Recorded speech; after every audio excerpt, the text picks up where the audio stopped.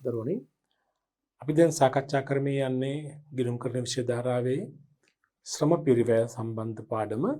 අපි එක පසුගිය පාඩම් එක කිහිපයක් අපි සාකච්ඡා කරලා මූලික හඳුනා ගැනීම කටයුතු කළා.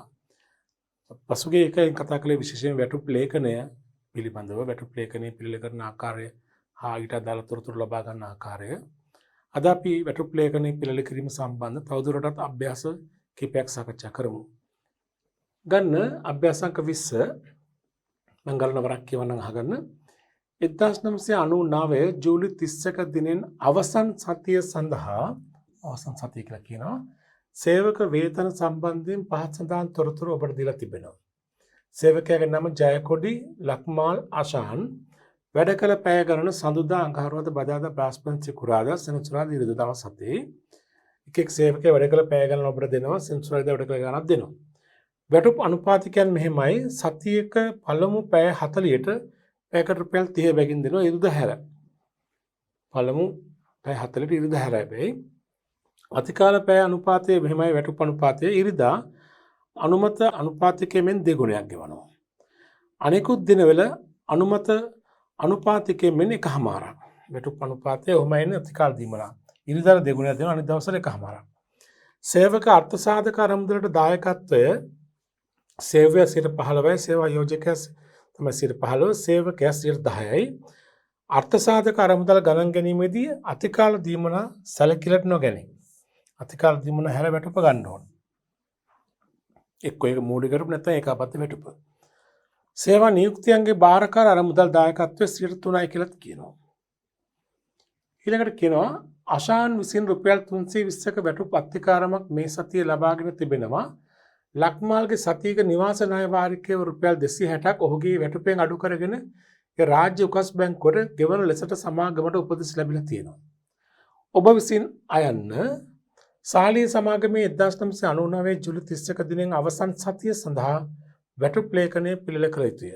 අයන්න වැටුප් ලේඛනය ඇතුළත් තොරතුරු වැටුප් හා වේතන පාලන ගිණුමක් මගින් පොදු රජයට පිටපත් කළ යුතුය. වැටුප් ලේඛනය හදන්න ඕනි පොදු රජයට සාදන්න ඕනි. දැන් වැටුප් ලේඛනය පිළිල කිරීම ඉස්සලා වැටුප් ලේඛනයේ ආකෘතිය හදා ගන්න ඕනි. ඒ ආකෘතියට යා යුතු දේවල් පමණක් ඇතුළත් කළාම ඇති. දැන් මේ අභ්‍යාස තොරතුරු අනුව ඉපයීම තුල තිබෙනවා මූලික වැටුප අනිවාර්යයෙන්ම එනවා අතිකාල දීමනා එනවා. ඉපයීම තුල මෙතන තියෙන මූලික වැටුප අතිකාල දීමනා විතරයි. වෙන ඉපයීම ගැන සඳහනක් නැහැ. නම් ඉපයීම තීරුවේ මූලික වැටුප අතිකාල දීමනා ඊට පස්සේ දල වැටුප. වැටුපෙන් කරන අඩු කිරීම වශයෙන් තිබෙනවා මෙතන EPF එනවා එකක්. ඊට අමතරව වැටුප් අතිකාරම තියෙන 2යි, නිවාස ණය වාරිකයක් තියෙන 3යි. වැටුප් අඩු කිරීම 3ක් තිබෙනවා. EPF සේවක දායකත්වය, වැටුප් අතිකාරම්, නිවාස ණය වාරික නේද? ඒ තොරතුරු ඇතුළත් වන ආකාරයට අපි වැටුප් ලේඛනය හදාගමු. වැටුප් ලේඛනයක් මෙන්න මේ විදිහට පිළිල කරන්න වෙනවා. ওই තොරතුරු ඇතුළත් වන ආකාරයට. සේවකයන් 3 දෙනෙක් නිසා නම් දාන ගොඩක් දිගට ඕනේ නැහැ. පෙළ 4-5ක් ඇති. මෙම ලියන්නට ඕනේ. 2099 ජූලි 31 දිනේ අවසන් සතිය සඳහා වැටුප් ලේඛනය අණු අංකය, ඒ කියන්නේ 1 2 3 කියන එක, සේවකයාගේ නම, ඉපයීම වලට එනවා තීරු 3ක්, මූලික වැටුප, අතිකාල දීමනා, දල වැටුප. අඩු කිරීම යටතේ එනවා තීරු 5ක් ගන්න වෙනවා. EPF අඩු කිරීම 10%, වැටුප් අතිකාරම, නිවාස ණය, ඒ වගේ මුළු අඩු කිරීම දාන තීරුවක් සුද්ධ වැටුප. සමාගමේ පැත්තෙන් එනවා සමාගමේ EPF දායකත්වයේ 15%යි, ETF දායකත්වයේ 3%යි. તો සේවකයේ 3 දෙනෙක් පමණක් නිසා මෙහෙම යටින් අවසානයේ එකතු කිරීමේ ගියොත් කමක් නැහැ මේ ගමම. මෙන්න මේ ආකාරයට තමයි ඔබගේ වැටුප් ලේඛනය හැඩ ගැහෙන්නට ඕනේ. මේ අභ්‍යාසයට අනුකූලව. දැන් අපි මේ අභ්‍යාසයේ තියෙන තොරතුරු පදනම් කරගෙන අපි කෙනෙක් සම්පූර්ණ කරමු. සේවකයේ 3 දෙනෙක් ඉන්නෝනේ. ජයකොඩි ලක්මාල් අශාන්. අපි මෙහෙම ලියමු. අනුන්ක 1 2 3 සේවකයේ 3 දෙනා නම් ලියමු. කෙනෙක් ජයකොඩි. අනිත් එක ලක්මාල්. අනිත් එක අශාන්. දැන් මේ 3 දෙනාගේ මේ තොරතුරු වාර්තා කරමු. මුලින්ම මූලික වැටුප. මූලික වැටුප ගණන් බලන්නේ කොහොමද? එක් සේවකයා වැඩ කළ සාමාන්‍ය පැය ගණන. මෙතන සාමාන්‍ය පැය ගණන අපිට ගන්න කියන මේ ආකාරයට සතියක පළමු පැය 40ට පැයකට රුපියල් 30යි. ඒතර දවස් පැයට ගානේ දවස් 5ක් වැඩ කළාම පැය 40 හරිනේ 8 වරක් 40. එහෙනම් අපි ඉස්සලාම එක් එක් සේවකයාගේ මූලික වැටුප ගණනය කරමු පෙර වැඩවල. පළවෙනි පෙර වැඩ කියලා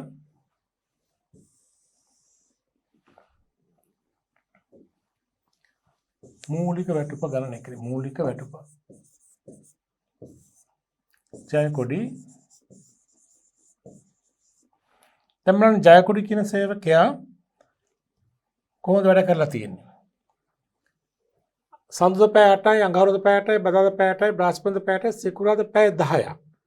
හැබැයි මූලික වැටුප ගණන් බලන්නේ පැය 40යි නේද? මෙතනදී වැඩ කරලා තියෙනවා පැය 42ක්. සිකුරාදා පැය 8න් 10න් පැය 2ක් අතිකාල නේද? පැය 8ක් පමණයි මූලික වැටුපට ගන්න. එහෙනම් ජයකොඩිගේ මූලික වැටුප වෙන්නේ පැය 40යි නේද? පැය 40යි. වැඩි කිරීම පැයකට ගෙවීම කොහොමද? සාමාන්‍ය පැයකට ගෙවීම රුපියල් මිතින් 30යි. ජයකොඩිගේ මූලික වැටුප වෙනවා 40 වැඩි කිරීම 30 රුපියල් 1200යි. ඊපස්සේ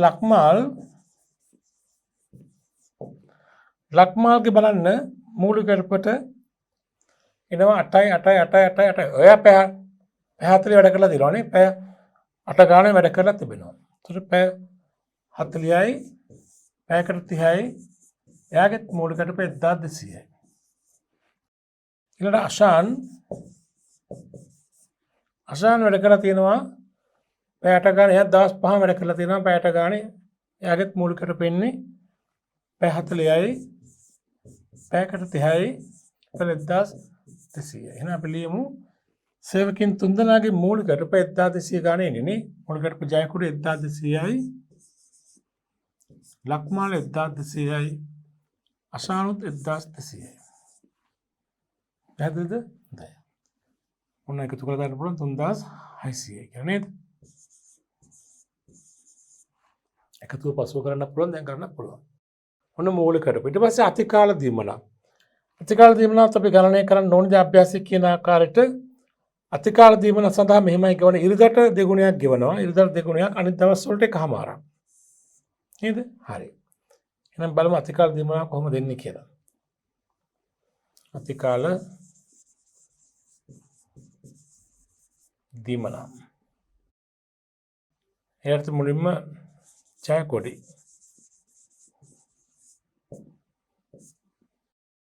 එතකොට ඉරිදට එක ගාණක් එන්නේ අනිත් දවස් වලට තව ගාණක් එන්නේ නේද? ජයකොඩි කියන කෙනා බලන්න කොහොමද අතිකාල වැඩ කරලා තියෙන කියලා බලන්න. සිකුරාදා වැඩ කරලා තියෙනවා පැය 2ක් අතිකාල.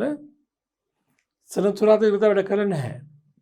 එහෙනම් ජයකොඩිට අතිකාල හම්බෙන්නේ සාමාන්‍ය දවස් වල වැඩ කර ගෙවීමක් වශයෙන්. ඒ කියන්නේ එකමාරක් නේද? පැයකට ගෙවන ගාන රුපියල් 30යි නේ. ඒ වගේ එකමාරක්. તો එහෙමනම් පැය 2යි වැඩ කරලා තියෙන්නේ ජයකොඩි සිකුරාදා පැය 2 විතරයි නේද? එහෙනම් මෙහෙම ගමු. ජයකොඩි සිකුරාදා පැය 2යි. ඒක ඉරිදා නෙවෙයිනේ. එහෙනම් ඉරිදා නම් දෙගුණයක් අනිත් දවස් වල එකමාරක්. 30 වැඩි කිරීම එකමාරකට 45යි. එහෙනම් 45 දෙයක් රුපියල් 90යි. ලක්මාල් බලමු. ලක්මාල් ඉතින් ලක්මාල් වැඩ කරලා තියෙන්නේ සෙනසුරාදා පැය 4ක් නේ. ඉරිදා වැඩ කරලා නැහැ. සෙනසුරාදා පැය 4ක් විතරයි. එහෙනම් ලක්මාල් පැය 4යි. ලක්මාල් පැය 4යි. එයාට පැයකට 45යි. මොකද ඉරිදා නෙමෙයි නේද? 45යි. ඒතර 45ව 4ක්. ඒතර 180යි. ඊට පස්සේ අෂාන් බලන්න පැය කීයක් වැඩ කරලාද කියලා. අෂාන් සති දවස් වල වැඩ කරන්නේ නැහැ. ඉරිදා වැඩ කරලා තියෙනවා පැය 4ක් නේ. ඒතර අෂාන්ට ඉරිදාට පැය 4ක් වැඩ කරලා තියෙනවා. අෂාන් පැය 4යි. හැබැයි ඉරිදා. ඉරිදා නම් දෙගුණයක් ගෙවනවා. 30ව 2ක් 60යි. 60 වැඩි කිරීම 4 240යි නේ. එයා ඉරිදා වැඩ කරපු නිසා රුපියල් 60 ගානේ පැයකට හම්බ වෙනවා.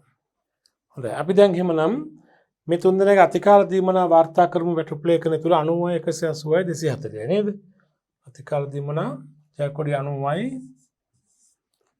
ලක්මාල් 180යි, අෂාන් 240යි නේ.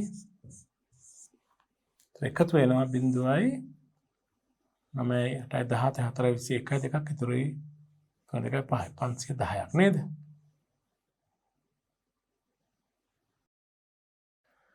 හරි.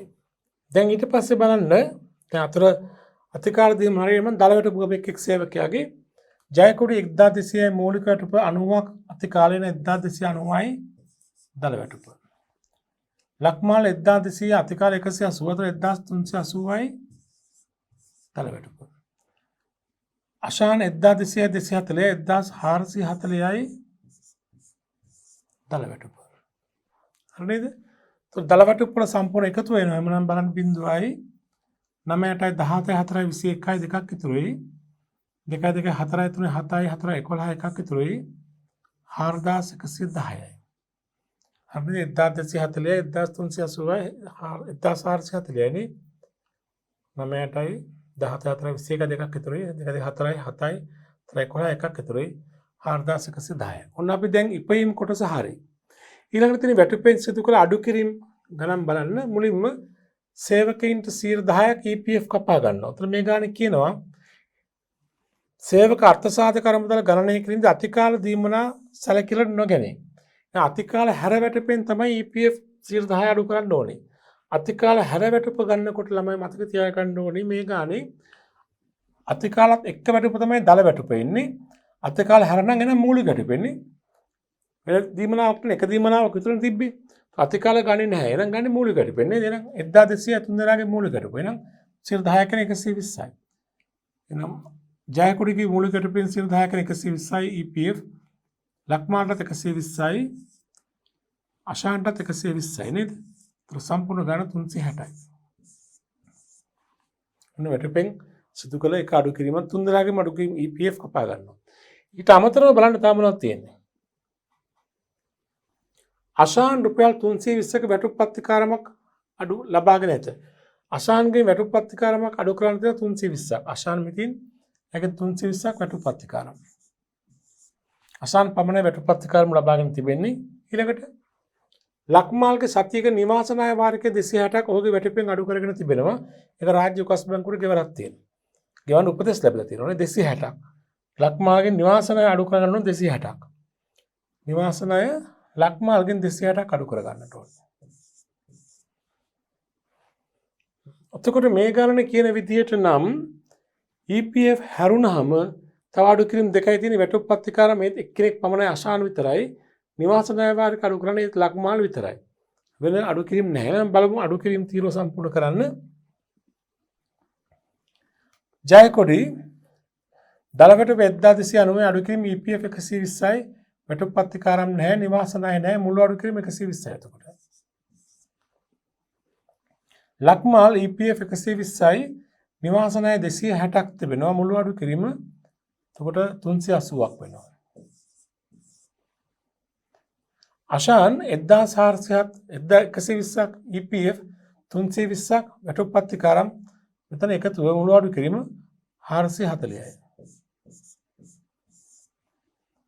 අපි මෙතන එකතු කරලා වැටුප් පත්තිකාරම් වල එකතු 320යි. නිවාස ණය තීරු එකතු 260යි. මුළු අඩු කිරීම වල එකතුව 0යි. 8 2 10 14 එකක් ඉතුරුයි. 2යි 5යි 4යි 9යි 940යි නේද මුළු අඩු කිරීම. 5යි 9යි. දැන් බලන්න එක් සේවකයෙක් සුද්ධ වැටුප කීයද කියලා බලන්න. අශාන්ගේ දල වැටුප 1290යි. ඒකෙන් අඩු කරන්න තියෙනවා 120ක්. 1290ෙන් අඩු කරන්න ඕනේ 120ක් නේ. ඒතකොට අඩු කරාම උත්තරේ 0.9 2 ගියම 7යි. දෙකෙන් එකක් ගියම 1170යි. සුද්ධ වැටුප 1170යි කාගේද? ජයකොඩිගේ. ලක්මාල්ගේ දල වැටුප 1380යි අඩු කිරීම 380යි. 1380න් 380ක් ගියම 1000යි සුද්ධ වැටුප. අශාන්ගේ දල වැටුප 1440යි අඩු කිරීම 440යි. තොර සුද්ධ වැටුපත් 1000යි. මේ 1440 440 අඩු කළාම 10යි නේද? දැන් සුද්ධ වැටුප තීරය එකතුව 0යි 7යි 1යි 3යි 3170ක් වෙනවා නේද? හොඳයි. ඊළඟට බලන්න සමාගමේ EPF දායකත්වය 15ක් තියෙනවානේ. දැන් මූලික EPF සේවකයන් කපාගත්තු වැටුපේම තමයි ඒ පතරම් කරගත්තු වැටුප තමයි ගන්නෙ සමාගමේ පැත්තෙන් දායකත්වය ගණන් බලන්න. එතකොට 1200 නේ. හැමෝගේ මූලික වැටුප 1200 නේ. EPF වෙනවා. EPF සමාගම 15ක් දෙන්න පැනේ. ඒතර 1200යි මූලික වැටුප මේකට 15ක්. 10ක් නම් ආව 120යි 15ක 180යි නේද? හැම සේවකයෙක්ගේම 180ක් මූලික වැටුප හැමෝගෙම සමානයිනේ. 15ක් සමාගම EPF දෙන 180ක් නේද? EPF ජයකොට්ටි ගෙන 180ක් මූලික වැටුප 1200 15ක් ලක්මාලට 1200 15ක් ඒත් 180යි අශාන්ට 1200 15ක් ඒත් 180යි. තර බලන්න 183ක් එනවා නේ. 14 දෙකක් ඉතුරු වෙයි 540යි EPF සමාගමේ දායකත්වය. ඊළඟට ETF 3ක් දෙනවා. ETF 3 වෙනවා 1200 මූලික වැටුප හැමෝගෙම මේකට 3ක්. 1200 කියන්නේ 36යි කෙනෙකුට. ජයකොඩිගේ මූලික වැටුප 1200යි ඒකට 3ක් 36යි. ලක්මාල 1200යි 3ක් 36යි. අශාන 1200යි 3ක් 36යි. මේ තුන එකතුව 108යි. ඔන්න අපි වැටුප් ලේඛනයට යා යුතු තොරතුරු ඇතුළත් කිරීම කළා. වැටුප් ලේඛනයේ පිළිල කළා. හරි නේද? හොඳයි. ප්‍රශ්නේ දෙවන පියවර අපෙන් අහන්නේ මේ වැටුප් ලේඛනයේ තිබෙන තොරතුරු ලෙජරයට පිටපත් කරන්න වැටුප් පාලන ගිණුම සම්බන්ධ කරගෙන. ඔබ දන්නවා පිටපත් කිරීමේ මුලින් පිටපත් කරන මොකක්ද? දල වැටුප. ඊට පස්සේ අඩු කිරීම, ඊළඟට සුද්ධ වැටුප, ඊට පස්සේ සමාගමේ EPF හා ETF දායක වාර්තා කරනවා නේද? හරි. අපි කලින් ඒකක තුලින් වැටුප් ගිණුම් තැබීම සම්බන්ධ අභ්‍යාස කිහිපයක්ම කරලා තියෙනවා නේද? ඔව්. හරි. එන වාර්තා කිරීම ඉස්සලාම වාර්තා කරන්නේ දල වැටුප 4110යි නේද? මම දැන් මුලින් වාර්තා කරන්නේ දල වැටුප 4110යි. වාර්තා කරමු. ඉස්සලාම ලෙජරේ ගිණුම් විවෘත කර ගන්නට ඕනේ. පොදු ලෙජරේ කියලා ලියලා ආයන වෙනුවෙන් වැටුප් හා වේතන ගිණුම, වැටුප් පාලන ගිණුම, සේවක අර්ථසාධක අරමුදල් වියදම් ගිණුම, නැත්නම් EPF වියදම් ගිණුම කිව්වත් හරි. ගෙවිය යුතු EPF ගිණුම නැත්නම් ගෙවිය යුතු සේවක අර්ථසාධක අරමුදල් ගිණුම. ඊට අමතරව තව ගිණුම වෙනවා වැටුප් පත්තිකාරම් ගිණුම, නිවාස ණය ගිණුම, ETF වියදම් ගිණුම, ගෙවිය යුතු ETF ගිණුම. මේ විදිහට ගිණුම් 8ක් අවශ්‍ය වෙනවා. පැහැදිලිද? ලෙජර් ගිණුම මට විවෘත කරනවා. ඊට පස්සේ තමයි ගණන පිටපත් කිරීම කරන්නට ඕනේ. ගිණුම් විවෘත කිරීම කළාද බලන්න. නැවත බලන්න හරිද කියලා ගිණුම් ටික වැටුප් හා වේතන ගිණුම, වැටුප් පාලන ගිණුම, EPF වියදම් ගිණුම නැත්නම් සේවක අර්ථසාධක අරමුදල් වියදම් ගිණුම, ඊළඟට ගෙවිය යුතු EPF ගිණුම, ඊළඟට වැටුප් අත්තිකාරම් ගිණුම, නිවාස ණය ගිණුම, එයාල අඩු කිරීම දෙක, ඊළඟට ETF වියදම් ගිණුම, ගෙවිය යුතු ETF ගිණුම. හරිනේ? හරි. දැන් එන පිටපත් කරමු එකින් එක. මුලින්ම දල වැටුපෙන් පටන් ගමු. දල වැටුප තියෙන 4110ක්. දිස්සටහන මොකද්ද? වැටුප් හා වේතන ගිණුම හර වැටුප් පාලන ගිණුම බැරනේ 4110ක්. 4110 වැටුප් හා වේතන ගිණුම හර 4110 වැටුප් පාලන කියලා වැටුප් පාලන ගිණුම බැර වෙනවා වැටුප් හා වේතනට වැටුප් කියලා 4110ක්. වැටුප් හා වේතන මෙතන වැටුප් 4110. ඊළඟට වැටුපෙන් සිදු කළ අඩු කිරීම ගන්න. අඩු කිරීම තියෙනවා කීපයක්. දෙවෙනි එක මේක ගන්න මුලින්ම තියෙන අඩු කිරීම EPF. සේවකයන් 3 දෙනාගේම EPF කපාගෙන තියෙනවා 360ක්. සේවක වැටුපෙන් අඩු කරගත් EPF ප්‍රමාණය දිසගන්න වැටුප් පාලන ගිණුම හර ගෙවිය යුතු EPF ගිණුම බැර. වැටුප් පාලන ගිණුම හර කරන වැටුපෙන් අඩු කරගන්න ඕන නිසා ගෙවිය යුතු EPF ගිණුම බැර කරන එක අපි ගෙවන්න තියෙන දෙයක් නිසා නේ වගකීමක්. 360ක්. වැටුප් පාලන ගිණුම හර 360ක් ගෙවිය යුතු EPF ගෙවිය යුතු EPF ගිණුම බැර කරමු වැටුප් පාලන කියලා 360ක්. හරිද? හොඳයි. ඊළඟ අඩු කිරීම මොකද්ද බලන්න. ඊළඟ අඩු කිරීම තිබෙන්නේ මේද? වැටුප් අත්තිකාරම් 320ක් අඩු කරන්න තියෙනවා නේද? දිස්සටහන වැටුප් පාලන ගිණුම හර වැටුප් අත්තිකාරම් ගිණුම බැර නේද? 320ක්. වැටුප් පාලන ගිණුම හර කරන 320ක් වැටුප් අත්තිකාරම් කියලා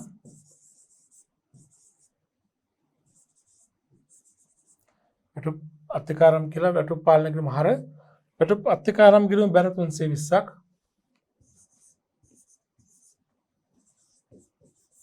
වැටුප් පාලන කියලා. හරි නේද? හොඳයි. ඊළඟට වාර්තා කරන නිවාස ණය වාරික අඩු කිරීම. කිව් වැටුපෙන් අඩු කරන් තියෙන නිවාස ණය වාරික 260ක්. 38 මොකද්ද? වැටුප් පාලන කිරීම හර නිවාස ණය වාරික කිරීම බැලනේ ණය වාරික කිරීම බැල. වැටුප් පාලන කිරීම හර 260ක් ණය වාරික කියලා. ණය වාරික කිරීම බැල 260ක්. නිවාස ණය කිරීම නිවාස ණය වාරික කිරීම බැල 260ක් වැටුප් පාලන කියලා නේ.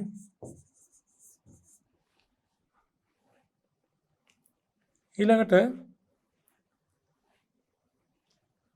ඔච්චර අඩු කිරීම තියෙන්නේ. ඒතර මුල් අඩු කිරීම 940 දැන් අඩු වෙලා 4 ඊට පස්සේ වාර්තා කරන්නේ සුද්ධ වැටුප නේද? සුද්ධ වැටුප 3170යි. මුදලින් ගෙවලා නැහැ කියලා නෑ. ඒ කියන්නේ මුදලින් ගෙවලා තියෙනවා නේද? 3170 මුදල් කිරීම බැර වැටුප් පාලන කිරීම හර නේද? වැටුප් පාලන කිරීම හර වෙනවා මුදල් කියලා. කීයද ගණන කිව්වේ 3170යි නේද? 3170යි. 3170. ඊළඟට වාර්තා කරන අවසාන දෙක තමයි සමාගමේ EPF වාරිකය 540ක් දෙනවා. විසටහන EPF වියදම් ගිණුම හර ගෙවිය යුතු EPF ගිණුම බැල නේද? EPF වියදම් ගිණුම හර ගෙවිය යුතු EPF ගිණුම බැල 540 නේ. EPF වියදම් ගිණුම හර 540ක් ගෙවිය යුතු EPF කියලා. ගෙවිය යුතු EPF ගිණුම බැලනවා 540ක් EPF වියදම් කියලා නේ. දැන් සේවක අර්ථ සාධක මුදල් වියදම්. ඊට පස්සේ අවසාන වශයෙන් පිටපත් කිරීම කළ යුතු ඊළඟ කාර්යය තමයි 7 වෙනි එකට අපි අන්තිම පිටපත් කරනවා සමාගමේ ETF දායකය 108යි. සමාගමේ ETF දායකත්වය 108යි වියදම 38 වෙන්නේ ETF වියදම් ගිණුම හර ගෙවිය යුතු ETF ගිණුම බැල නේද? ETF වියදම් ගිණුම හර වෙනවා 108ක් ගෙවිය යුතු ETF කියලා. ගෙවිය යුතු ETF ගිණුම බැල වෙනවා ETF වියදම් කියලා 108ක්. ඔන්න ඔය ආකාරයට තමයි පිටපත් කිරීම කරන ලෙචරේට. දැන් බලමු අපි මේවෙන් පියවන ගිණුම් තුලනය කරන ගිණුම් මොකද කරන්න ඕන කියලා. වැටුප් හා වේතන ගිණුම මේක කාලච්ඡේදයේ අවසානයේදී මේක පියවන්නට ඕනේ ආදායම් ප්‍රකාශනයේට. ඔහොම තිබ්බත් කමක් නැහැ. නමුත් පියවන නම් මෙහෙමයි 4110 යනවා ආදායම් ප්‍රකාශනයේට. වැටුප් පාලන ගිණුම බලන්න දෙපැත්ත එකතු කරලා සමානව පියවිය යුතුයි. හරි එකතු බලන්න 0යි 10යි 8යි 14යි 21යි දෙකක් ඉතුරුයි. 6යි 10යි 11යි එකක් ඉතුරු 3යි 4යි 4110යි හර බැල සමානයි නේද? ගෙවිය යුතු EPF ගිණුම මේ ගෙවන්න තියෙන දෙයක් මේක වගකීමක් 900ක් එනවා නේද? පහළට ගෙනා ශේෂය 900යි ඉහළට ගෙන ගිය ශේෂය 900යි.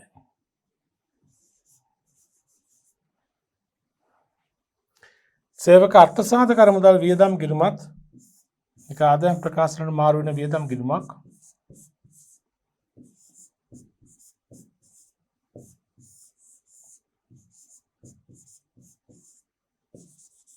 ආදායම් ප්‍රකාශනයට. ඔමයි ඔය පැත්තේ තියෙන ගිණුම් ටික තුලනය කිරීම හෝ පියවීම වෙන්නේ. වැටුප් අත්කාරම් කිරීම කොහොමද යන්නේ? මොකද වැටුප් මුදලින් ගෙවපු ගාන මෙතන හරවලා මේක පියවී යනවා. නිවාස ණය ගිණුමත් එහෙමයි. ETF වියදම් ගිණුමත් ආදායම් ප්‍රකාශනට ආයත වියදම් ගිණුමක්.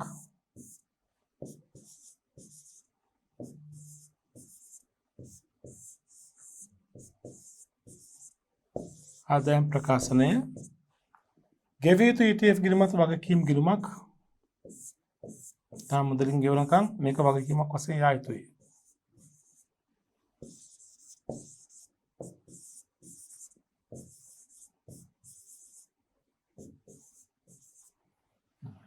එච්චරයි නේද? හොඳයි. ඔය අභ්‍යාස අපෙන් බලාපොරොත්තු වෙන පිළිතුරු තමයි අපි දැන් ඔය සම්පූර්ණ කළේ. අපෙන් අහලා තුන මුලින්ම වැටුප් ලේඛනයේ සාධන සතිය වෙන වැටුප් ලේඛන හැදුවා. ගණනය කිරීම කළා. ඊට පස්සේ අපි කළේ වැටුප් ලේඛනයේ ආධාරයෙන් ලෙජර් ගිණුම් වලට පිටපත් කිරීම කළා. නේද? පොදුරජරයේ අදාළ ගිණුම් 8ක් තිබුණේ 8ට පිටපත් කිරීම කළා නේද? හොඳයි. ඔය විදිහට තමයි අභ්‍යාසය සම්පූර්ණ වෙන්නට ඕනේ. දැන් අපි ඊළඟ අභ්‍යාසයට යමු. ගණන් ප්‍රශ්නාංක 21 මම ගණන වරක් කියවනම් අහගන්න. සුහද සමාගමේ 2003 මාර්තු 30ක දිනෙන් අවසන් වන මාසයට අදාළව සේවක වේතන පිළිබඳ තොරතුරු පහක් දැක්වේ. මේ මාසයකට අදාළ සේවක වේතන. සේවකයාගේ නම නීතා ගීතා සීතා. පැය 8 බැගින් වැඩ කළ දින ගණන. පැය 8 බැගින් වැඩ කළ දින ගණන සීතා දින 25යි, ගීතා දින 22යි, සීතා දින 20යි. දවසකට පැය 8 ගණන් වැඩ කළ දින ගණන. මාසය තුළ වැඩ කළ අතිකාල පැය ගණන නීත පැය 12ක්, ගීත පැය 6ක්. නේද? හොඳයි. ඊළඟට කියනවා වේතනවලට අදාළ අනෙකුත් විස්තර පහත දැක්වේ. ගෙවීම් අනුපාතය පැය 8ක වැඩ කරන දිනයක් සඳහා සාමාන්‍ය වේතනය අතිකාල දීමන හැර රුපියල් 400යි. පැය 8ක වැඩ කරන දිනයකට රුපියල් 400ක් එනවා සාමාන්‍ය මූලික වැටුප. අතිකාල ගෙවීම සාමාන්‍ය පැයක වැටුපෙන් දෙගුණයක්. සාමාන්‍ය පැයක වේතනයෙන් දෙගුණයක් තමයි අතිකාල දීමනාව. ඊළඟට කියනවා සේවක අර්ථසාධක අරමුදලට දායකත්වයේ සේවා යෝජකයා 15%යි, සේවකයා 10%යි. අතිකාල ගෙවීම් සේවක අර්ථසාධක අරමුදල් ගණනය කිරීමද සැලකිලි නොගැනේ. අතිකාල හැර වැටුප තමයි ගන්නට ඕනේ. 3 රුපියල් 1200ක උත්සව අත්තිකාරමක් 2002 දෙසැම්බර් මාසයේදී සීතාට ගෙවා තිබෙනවා. මේ ආපසු අය කර ගැනීම මාසික වාරිකය වන රුපියල් 100ක් ඇයගේ මාර්තු මාසයේ වේතනයෙන් අඩු කරන් තියෙනවා. අත්තිකාරම 1200ක් දුන්නට කපා ගන්න 100 බැගින් නා එකපාර කපා ගන්න නැහැ. මාසිකව කපා ගන්න කොටස් වශයෙන් රුපියල් 100 බැගින්. නීතාගේ ඉල්ලීම පරිදි ඇගේ බැංකු ණය මුදලේ මාසික වාරිකය රුපියල් 1500ක් මාර්තු වැටුපෙන් අඩු කරගෙන ඍජුවම ඇගේ බැංකුවට ප්‍රේෂණය කරලා තිබෙනවා. සෑම මාසයකම වේතනය ඊට පසු මාසයේ පළමු සතිය තුල ගෙවන්න. වේතනය ගෙවන ඊට පස්සේ මාසේ. ඒ කියන්නේ මේ මාසේ උපචිතයි. ඒ පසු මාසෙ තමයි ගෙවීම කරන්නේ. අවශ්‍ය වන්නේ එක තයන්න 2003 මාර්තු මාසයේ සඳහා සමාගමේ වැටුප් ලේඛනය. මාර්තු මාසයේ වැටුප් ලේඛනය. වැටුප් ලේඛනයේ තොරතුරු වැටුප් පාලන කිරීමක් ආධාරයෙන් පොදුරජරයේ ගිණුම් වලට පිටපත් කර පෙන්වන්න. හරි. දැන් අපි මුලින්ම වැටුප් ලේඛනය හදන්නට ඕනේ. බලන්න වැටුප් ලේඛනයේ යන තොරතුරු මොනවද කියලා. සේවකයෝ ඉන්නවා 3 දෙනෙක්. නීතා, ගීතා, සීතා.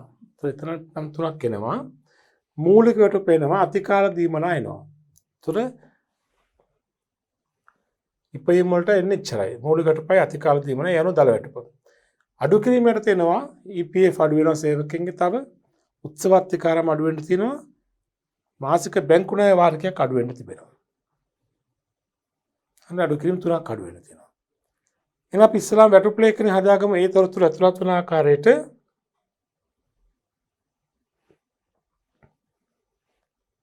මේ විදිහට ගන්න පුළුවන් අපිට වැටුප් ලේඛනය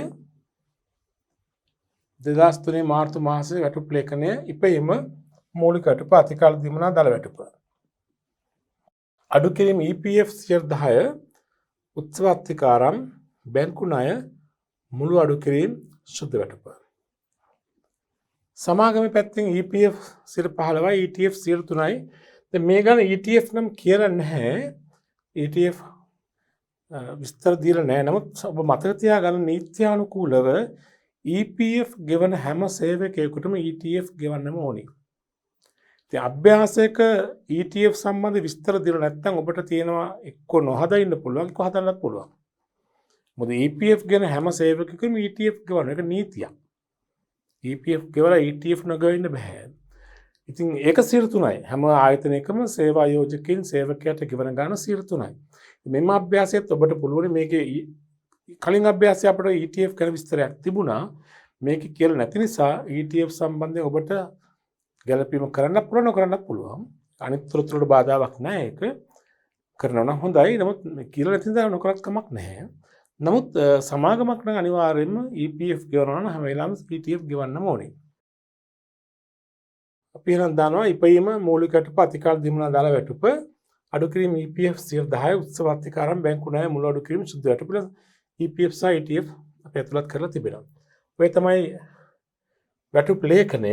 ඊට අමතරව පොතුරචරයත් අපි ගිණුම් විවෘත කරනවා නම් වැටුප් හා වේතන ගිණුම ආයන්න, වැටුප් පාලන ගිණුම, EPF වියදම් ගිණුම, ගෙවිය යුතු EPF ගිණුම. හරි නේද? ඊට අමතරව උත්සව අතිකාරම් ගිණුම, බැංකු ණය වාරික ගිණුම. ETF ගලපනවා නම් තව ගිණුම් දෙකක් එනවා. ETF වියදම් ගිණුම හා ගෙවිය යුතු ETF ගිණුම කියලා. ඒක නොගැලපුවොත් ප්‍රශ්නිකුත් නැහැ අහලා නැති නිසා. හරි නේද?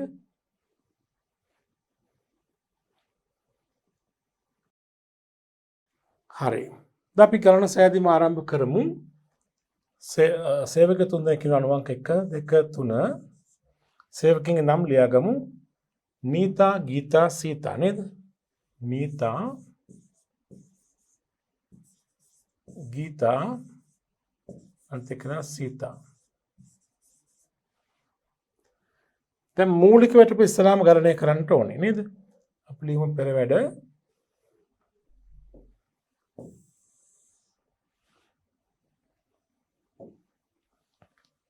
මූලික වැටුප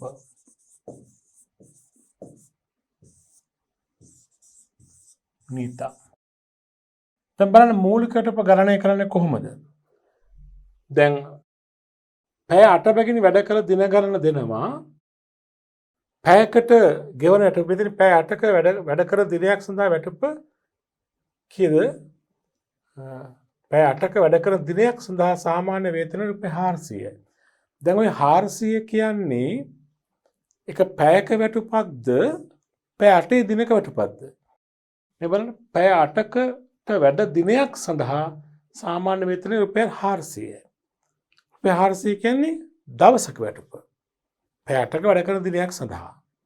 එතකොට පැයක වැටුප අවශ්‍ය නම් හොයාගන්න 400 බෙදන්න කීයද? 8න් නේද? නමුත් අපිට දෙන නීතාගේ මූලික වැටුප වෙන්නේ නීතා පැය 8 වැඩ කරන දින 25ක් වැඩ කරලා තිබෙනවා. එහෙනම් නීතාගේ මූලික වැටුප වෙන්නේ කොහොමද? 400 වැඩ කරනවා කීයද? 25න්. එහෙනම් මෙහෙම එන්නේ මූලික වැටුප නීතා දවසකට 400ක් ගෙවනවා. ඒ වගේ දවස් 25ක් වැඩ කරලා තියෙනවා. 400 වැඩි කිරීම 25. බලන්න ගණනය කළ උත්තරේ කීයද කියලා? නීතාගේ මූලික වැටුපනේ 400 වැඩි කිරීම 25. උත්තරය රුපියල් 10000යි. ඊළඟ කෙනා කවුද? ගීතා. ගීතාගේ විස්තරය බලන්න. ගීතා පැය 8 බැගින් වැඩ කරන දින 22ක් වැඩ කරලා තිබෙනවා. එයාට 422ක් හම්බෙන්නට ඕනේ. 400 වැඩි කිරීම දවස් 22 නේද? 400 වැඩි කිරීම 22 නේද? බලන්න උත්තරේ කීයද කියලා? 400 වැඩි කිරීම 22. උත්තරය 8800යි. අනිත් එක නා සීතා. සීතා වැඩ කරන දවස් ගාන කීයද? දවස් 20යි 400 ගාන නේද? එයාට 400 ගාන දවස් 20 කරෙන්නට ඕනේ. 400 වැඩි කිරීම 20 එතන අපිට ලේසියෙන් ගලපුවා 8000යි කියලා නේද? ඔන්න සේවකයන් තිදෙනාගේ මූලික වැටුප. වැඩ කරන දිනයක වැටුප වැඩි කිරීම වැඩ කරන දින ගණන් නේද? හරි. එතකොට අපි එහෙමනම් බලමු දාගන්න මූලික වැටුප ලේඛනයට නීතා 10000ක් ආවා. ගීතා 8800යි. සීතා 8000යි නේ. නැවත බලන්න පරීක්ෂා කරලා 10000යි 8800 8000යි නේද ආවේ? ඔව් 10000යි 8800 8000යි නේද? එකතු ගත්තොත් 0.0යි 8යි 8ට 16 එකක් ඉතුරුයි 1 2යි 26800යි නේද?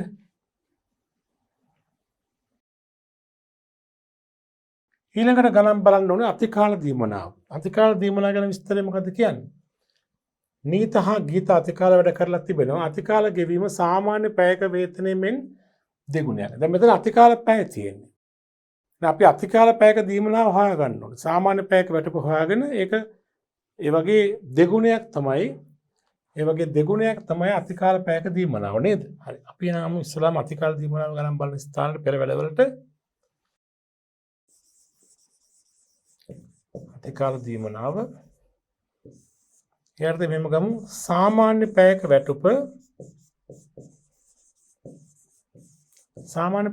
කීයද? රුපියල් 400ක් ගෙවන්නේ පැය කීයටද? 8කට. 400 8ෙන් බෙදන්නට ඕනේ. 400 8ෙන් බෙදුවම උත්තරය තමයි සාමාන්‍ය පැයක වැටුප. 400 බෙදීම 8. 400 බෙදීම 8 නේද? උත්තරය එනවා රුපියල් 50යි නේද? සාමාන්‍ය පැයක් වැටුප රුපියල් 50යි නේද? ඒතර අතිකාල පැයක වැටුප මේ වගේ දෙගුණයක්නේ 50 වැඩි කිරීම 2. කීයද? රුපියල් 100යි. හරි. දැන් අපි අතිකාල පැයක වැටුප හොයාගත්තා. ඊට පස්සේ බලමු එක් සේවකයෙක් අතිකාල වැටුප කීයද කියලා. අතිකාල දීමනාව. ඒතකොට ගමු ඉස්සලාම මුලින්ම ඉන්නවා කවුද? නීතා අතිකාල පැය 12ක් වැඩ කරලා තියෙනවා. එහෙනම් ගමු නීතා අතිකාල පැය 12යි පැයකට රුපියල් 100යි අතිකාල දීමනාව රුපියල් 1200යි. මේ නීතා. ඊළඟට ගීතා අතිකාල පැය 6ක් වැඩ කරලා තියෙනවා. අතිකාල පැයකට රුපියල් 100ක් දෙනවා නේද? පැය 6යි පැයකට රුපියල් 100ක් දෙනවා. එයාගේ අතිකාල දීමනාව රුපියල් 600යි. සීතා අතිකාල වැඩ කරලා තිබුණේ නැහැ. මේ බලන්න සීතා අතිකාල වැඩ කරලා නැහැ. අතිකාල දීමනාවේ ඉන්නේ සේවකයන් දෙදෙනෙකුට පමණයි. ඒ තමයි නීතා හා ගීතා පමණයි. ඒතර නීතර කීයක් ආවද? 1200ක් ගීතර 600ක් නේ. නීතා 1200යි ගීතා 600යි. 1200යි නීතා ගීතා 600යි. සීතට අතිකාල නැහැ නේ. අතිකාල වල එකතුව 1800යි. මූලික වැටුප ගණනය කළ නිසා අතිකාල දීමනාවත් ගණනය කළ නිසා අපිට දල වැටුප ගන්න පුළුවන්. නීතාගේ දල වැටුප 10000 1200යි 11200යි. ගීතාගේ 8800යි 600යි එකතු කළාම 9400යි. සීතාගේ අතිකාල නැති නිසා දල වැටුප වෙන්නේ 8000යි. දල වැටුප තීරුව එකතු හරියට ගන්න. මොකද වරද්ද ගන්න එපා. ඒක තමයි පිටපත් කරන ලෙජරේට 0.0යි 4.6යි 9යි 10යි 8යි 18යි එකක් ඉතුරුයි 1යි 2යි නේද? 8600 පොන නැවත ගණක යන්ත්‍රයක් ආධාරයෙන් බලමු. මොකද මේ ඉලක්කම් පිටපත් කරන නිසා ලෙජරේට 11200 ධන 9400 ධන 8000 උත්තරය 28600 හරි. හොඳයි. ඊළඟට බලන්න දැන් ඉපීම හරි අඩු කිරීම. අඩු කිරීම වල මුලින්ම තියෙනවා EPF. දැන් බලන්න EPF අඩු කිරීම කරන්න මොන වැටුපටද කියලා. සේවක අර්ථසාධක කරමුදල් 10ක් අතිකාල ගෙවීම හැර වැටුප ගන්න කියලා කියන්නේ. අතිකාල අයත් නොවන වැටුප. මේ ගානේ අතිකාල අයත් නොවන වැටුප කියන්නේ මොකද්ද? මූලික වැටුප. මොකද වෙන දීමනා තිබෙන්නේ නැහනේ. වෙන දීමනා තිබ්බනම් ඒව එකතු කරලා එන වැටුප නේද? හරි. එහෙමනම් EPF 10ක් ගන්නවා මූලික වැටුපෙන් නේද? ඒතොර එහෙමනම් 10000ට 10ක් කියන්නේ කීයද? 10යි. කාගේද? නීතාගේ EPF වාරකේ 10යි. ගීතාගේ 9400ට 10ක් 940යි. 940. සීතාගේ 8000ට 10ක් 800යි. 10යි 940යි 800යි. එකතු කරාම බලන්න 0යි 4යි 9යි 8යි 17 එකක් ඉතුරුයි 1 2යි 2740යි නේද? 4යි 8යි 9යි 8යි 17 එකක් ඉතුරු 2යි. 2740ක් EPF අඩු කරන් තිනවා සේවකයන් තුන්දෙනාගෙන්. ඊළඟට බලන්න තව මොනවද අඩු කිරීම තිබෙන්නේ? EPF හැරුණාම මෙන්න මෙහෙම කියනවා. රුපියල් 1200ක උත්සව අත්තිකාරමක් 2002 දෙසැම්බර් මාස සීතාට ගෙවලා තියෙනවා. මේ ආපසු අය කර ගැනීම මාසික වාර්ෂික රුපියල් 100ක් මාර්තු මාසයේ වැටෙමින් කපාගෙන තියෙනවා. එහෙනම් 1200ක උත්සවාධිකාරම දුන්නට කාටද සේවිකාව සීතාට 1200ක් දුන්නට ඒ කපා ගන්න රුපියල් 100 බැගින් 100 මාස 12ක් නේද? එහෙනම් 100ක් තමයි උත්සවාධිකාරම අඩු වෙන්න ඕන සීතාගෙන්. උත්සවාධිකාරමට සීතාකින් සේවිකාවගෙන් රුපියල් 100ක් අඩු වෙනවා. හරි නේද? හොඳයි. ඊළඟට බලන්න කවුද ඉන්නේ? ඊළඟට කියනවා නීතාගේ ඉල්ලීම පරිදි ඇගේ බැංකු ණය වාර්ෂිකය රුපියල් 1500ක් මාර්තු වැටුපෙන් අඩු කරගෙන ඍජුවම බැංකුවට ප්‍රේෂණය කරලා තිබෙනවා. නීතාගෙන් අඩු කරන්න තියෙන මොකද්ද? බැංකු ණය වාර්ෂිකය 1500ක්. බැංකු ණය වාර්ෂික අඩු කරන්න තිබෙනවා නීතාගෙන් 1500ක්. නීතා කියන කෙනාගෙන් 1500ක් බැංකු ණය වාර්ෂික අඩු කරන් තියෙනවා. අනෙක් අයගෙන් බැංකු ණය වාර්ෂික අඩු වෙලා නැහැ. නේද? නීතගෙන් පමණයි බැංකු ණය වාර්ෂික අඩු කරන් තිබෙන්නේ. සෑම මාසකම වේතන ඊට පසු මාස තමයි ගෙවන්නේ. වෙන අඩු කිරීම ගැන විස්තර නැහැ. එහෙනම් බලමු මුළු අඩු කිරීම හා සුද්ධ වැටුප කොහොමද එන්නේ කියලා. නීතාගෙන් මුළු අඩු කිරීම කීයද? 1000ක් EPF 1500 බැංකු ණය මුළු අඩු කිරීම 2500යි. එතකොට මෙතන ගීතා EPF 940 පමණයි අඩු වෙන්නේ 940යි.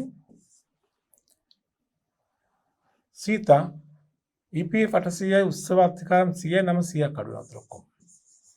මේ පහලට එකතු කළාම උත්සවාධිකාර අඩු කිරීම 100යි බැංකු ණය වාර්ෂික අඩු කිරීම 1500යි මුළු අඩු කිරීම 0.4යි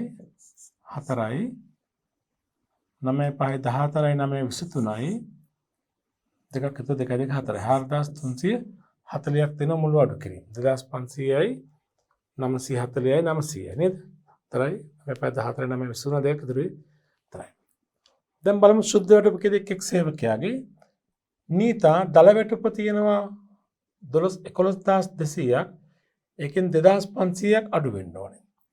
11200න් 2500ක් අඩු කරන්නට ඕනේ. බලන්න සුද්ධ වැටුප කීයද එන 0.012 5 ගම 7යි 10න් 2 ගම 8යි 8700 නේ 8700 සුද්ධ වැටුප කවුද? නීතාගේ. ගීතා 9400යි දල වැටුප අඩු කිරීම 940යි. 9400න් අඩු කරන් 940ක්. එතකොට 0යි 10න් 4ක් ගියම 6යි 13න් 9ක් ගියම 4යි 8යි 8460යි නේද? 8460යි සුද්ධ වැටුප. සීතා දල වැටුප 810යි අඩු කිරීම 900යි 810න් 900ක් ගියම 7100යි සුද්ධ වැටුප. හරිනේ? සුද්ධ වැටුප තීරු එකතුව බලන්න කීයද කියලා නම් 0යි 6යි 7යි 4යි 11යි 12යි එකක් ඉතුරුයි 8ක 9 8 17යි 7යි 24යි. හොඳයි. ඒතර සුද්ධ වැටුප තීරු එකතුව 24260යි. හරි නේද? 6යි 7යි 11යි ඉතුරුයි 9 8යි 17යි 17 7යි 24යි නේ 24260යි.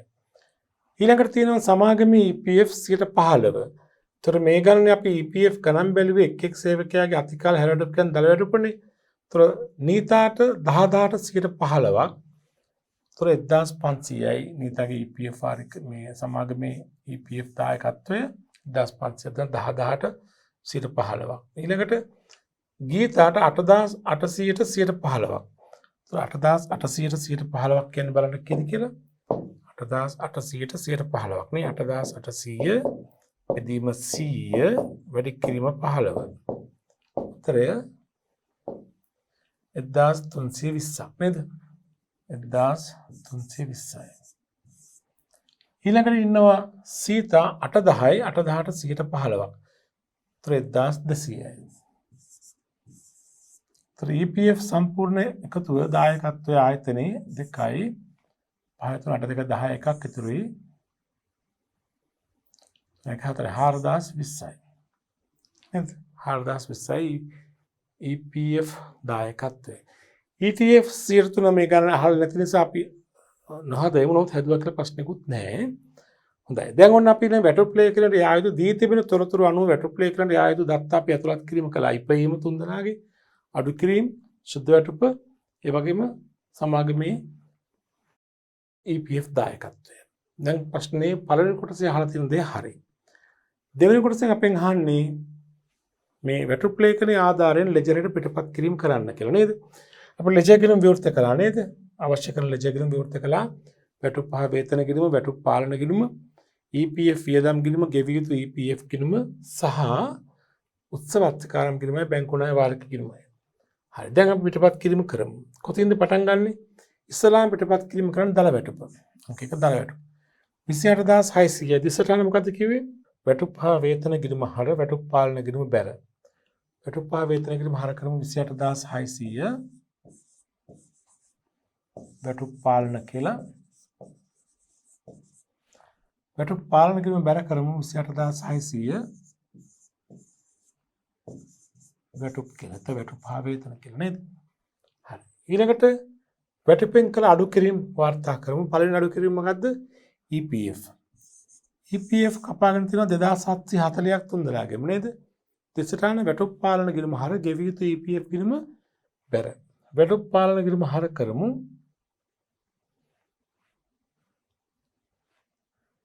වැටුප් පාලන ගිණුම හර කරමු. ගණන කීයද ආවේ?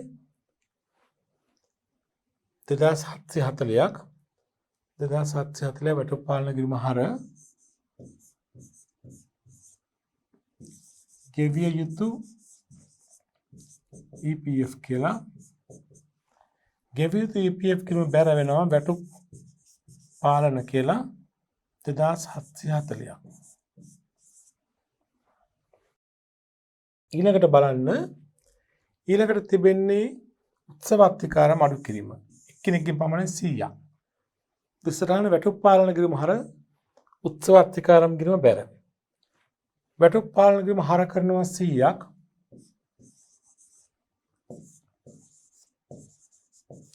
උත්සව අත්කාරම් කියලා.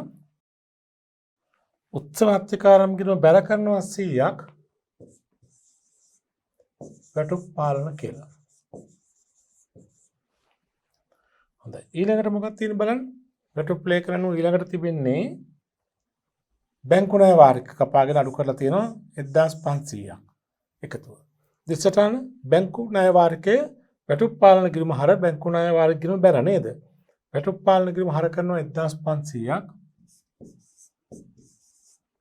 බැංකු ණය නැත්නම් බැංකු ණය වාරික කියලා. බැංකු ණය වාරික ගිණුම බැර 1500ක්. වැටුප් පාලන කියලා. ඊළඟට මොකද තියෙන්නේ? ඊළඟට තියෙන ළමයි මුළු අඩු කිරීම. හරි. දැන් අඩු කිරීම තුන වාර්තා කළා නේද? මුළු අඩු කිරීම දැන් එකිනෙක වාර්තා කරලා ඉවරයිනේ. ඊට පස්සේ වාර්තා කරන්න තියෙන සුද්ධ වැටුප. 24260යි. සුද්ධ වැටුප මුදලින් ගෙවන්නේ ඊළඟ මාසෙ කියලා කියනවනේ. ඒ කියන්නේ මේ මාසෙ ගෙවෙන්නේ නැහැ. මුදලින් ගෙවුවනම් මුදල් බැර වැටුප් පාලන කිරීම හර මුදලින් ගෙවලා නැත්නම් වැටුප් පාලන කිරීම හර ගෙවිය යුතු වැටුප් කියලා කිරීමක් බැර නේද? අපි වැටුප් පාලන කිරීම හර කරමු. ඉලක්කම වෙන්නේ 24260යි ගෙවිය යුතු වැටුප් කියලා කිරීමක් බැර වෙනවා. 24260ක් ගෙවිය යුතු වැටුප්. ගෙවිය යුතු වැටුප් කියලා වියදම් කියලා ගිණුම අලුතින් ගිණුමක් විවෘත කරන්න වෙනවා. ගෙවිය යුතු වැටුප් ගිණුම කියලා කලින් විවෘත කරලා නැහැ අපි. ගෙවිය යුතු වැටුප් ගිණුම බැරෙනවා වැටුප් පාලන කියලා. ඉලක්කම 24260යි. හරි නේද? හොඳයි. ඊළඟට තියෙන මොකද්ද? පස්සේ තියෙන්නේ සමාගමේ EPF දායකත්වය 4020යි. දෙසටහන EPF වියදම් ගිණුම හර ගෙවිය යුතු EPF ගිණුම බැර නේද? 4060ක් නේද? 4020ක්. EPF වියදම් ගිණුම හර 4020ක් ගෙවිය යුතු EPF කියලා. ගෙවිය යුතු EPF ගිණුම බැර 4020ක්. EPF වියදම් කියලා. හරි නේද? හොඳයි. ETF තිබ්බේ නැහැ. ETF කරණය කළා නම් ඒකත් ETF වියදම් ගිණුම හරිය ගෙවිය යුතු ETF ගිණුම බැල නේද? දැන් බලන්න මේ ගිණුම් අවසානයේ මොකද කරන්නේ? පියවීම හෝ තුලනය කිරීම කරමු. වැටුප් සහ වේතන ගිණුම මාරු වෙනවා ආදායම් ප්‍රකාශනයේට. මෙහෙම තිබ්බත් කමක් නැහැ. නමුත් පියවනවා නම් මෙහෙම 28600යි මෙම සතියේ වැටුප් වියදම නේද? මේක ආදායම් ප්‍රකාශනයට යා යුතුයි. වැටුප් පාලන ගිණුම හර බැල සමාන විය යුතුයි. බලන්න හරිද කියලා. 0යි 6 10 එකක් ඉතුරුයි 8යි 9යි 14 2යි 16යි එකක් ඉතුරුයි 3යි 4යි 4යි 8යි 2යි 28600 හරි. දෙපැත්ත සමාන වෙනවා 28600කට. EPF වියදම් ගිණුමත් යා යුතු වන්නේ ආදායම් ප්‍රකාශනයට තමයි 4020 ආයතනයේ දායකත්වය ආයතනයේ වියදම ආයතනයේ පාඩුව 4020 යා යුතු ආදායම් ප්‍රකාශනයට ගෙවිය යුතු EPF ගිණුම තුලනය කළ ගන්න මේක වගකීමක් තව මුදලින් ගෙවලා නැති නිසා ඒ වගකීමේ ප්‍රමාණය 426යි 7යි 426යි 6760යි නේද 6760ක් වෙනවා පාරට ගෙන ශේෂය 6760යි ඉහළට ගෙන ශේෂයත් 6760ක් ඒ තමයි ගෙවිය යුතු EPF ගිණුම ඊළඟට තිබෙනවා උත්සව අත්කාරම් ගිණුම දැන්ට මුදලින් ගෙවපු අපි දීලා තිබුණා ඒක තිබ්බනම් හර වුණාම ඒක හරි බැංකු ණය වාරික ගිණුමත් අපි රුජුව ප්‍රේෂණය කරනවා බැංකුවට උතර මුදල් පොත බැලලා මේ ගිණුම හර වෙනවා එකත් හරි ගෙවිය යුතු වැටුප් ගිණුම මේක උපචිතයි ලබන මාසේ වැටුප් ගෙවන තෙක් මේක වගකීමක් 24260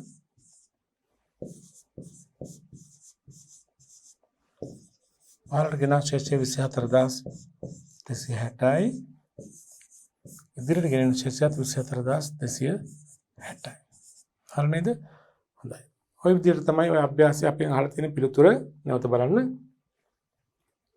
මුලින් අහලා තිබුණේ වැටුප් ලේඛනය මේ ආකාරයෙන් සකස් කිරීම කළා ඊට පස්සේ පිටපත් කිරීම වැටුප් ලේඛනයේ ආධාරයෙන් අවසාන සෙෂන් තමයි පිටපත් කරන එකතුවන් පොදුරජරයේ ගිණුම් වලට වැටුප් වේතන ගිණුම වැටුප් පාලන ගිණුම EPF වියදම් ගිණුම ගෙවිය යුතු EPF ගිණුමට ඒ වගේම ස්වාත්තිකාරම් ගිණුම බැංකු ණය වාරික ගිණුමට සහ ගෙවිය යුතු වැටුප් ගිණුමට පිටපත් කළා නේද හොඳයි ඔය විදිහට තමයි ඔය අභ්‍යාසයට පිළිතුර සම්පූර්ණ වෙන්න ඕනේ හොඳයි අපි යමු ඊළඟ අභ්‍යාසයට ගන්න ප්‍රශ්න අංක 22 මම ගණන වරක් කියවනම් අහගන්න 2007 පෙබරවාරි 28 දිනෙන් අවසන් වූ මාසය සඳහා සේවක වේතනවලට අදාළව සීමිත මොහොමඩ් සමාගමේ තොරතුරු පහත දැක්වේ.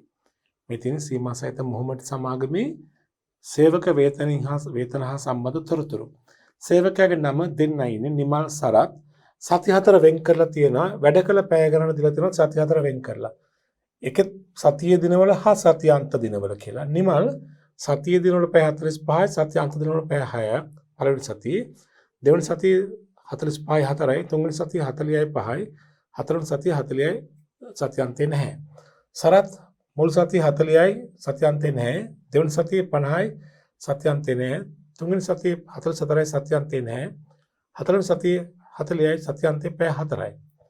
සතියක වැටුප් අනුපාතකයේ මෙහෙමයි කියලා කියන්නේ සතියේ දිනවල පැයකට රුපියල් 100 බැගින් දෙනවා සාමාන්‍ය වැටුප් අනුපාතය. හැබැයි සතියකට පැය 40ක් වැඩ කරන්න ඕන.